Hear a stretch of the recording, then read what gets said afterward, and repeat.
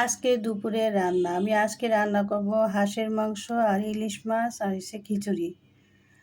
আমি এক চুলায় মাছটা ভাজতে দিলাম আর এক চুলায় খিচুড়ির জন্য গরম পানি দিয়ে দিলাম এবং গরম পানিটা নামিয়ে খিচুড়ি চালটা ভাজতে দিলাম, চাল আর ডাল।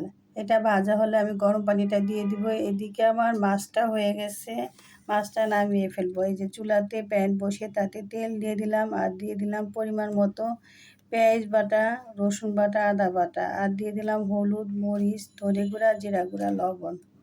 এখন একটু কষানো হয়ে গেছে, আমি পানি দিয়ে দিলাম। এই যে একটু উঠানো হওয়ার পরে আমি আবার মাছটা দিয়ে দিলাম। মাছটা যেহেতু ভুনা করব তো খুব একটা ঝোল রাখবো না, অল্প সামান্য মাখা মাখা রাখবো। এখন আমি মাছটা হয়ে গেছে নামিয়ে ফেললাম। এই যে আমি হাঁসের মাংসটা রান্না দেখালাম না, এই যে আমার দেখেন হাঁসের মাংস রান্না হয়ে গেছে। এদিকে আমার খিচুড়িটাও হয়ে গেছে।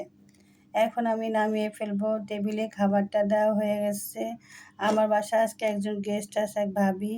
আমি ওনাকে খাবারটা প্লেটে দিয়ে দিচ্ছি আর বলতেছি, ভাবি এখন প্রথমে কি দিব, হাঁসের মাংস না ইলিশ মাছ? তো ভাবি বলল দাও একটা। তা আমি মাছটাই দিলাম প্রথমে। এই যে এখন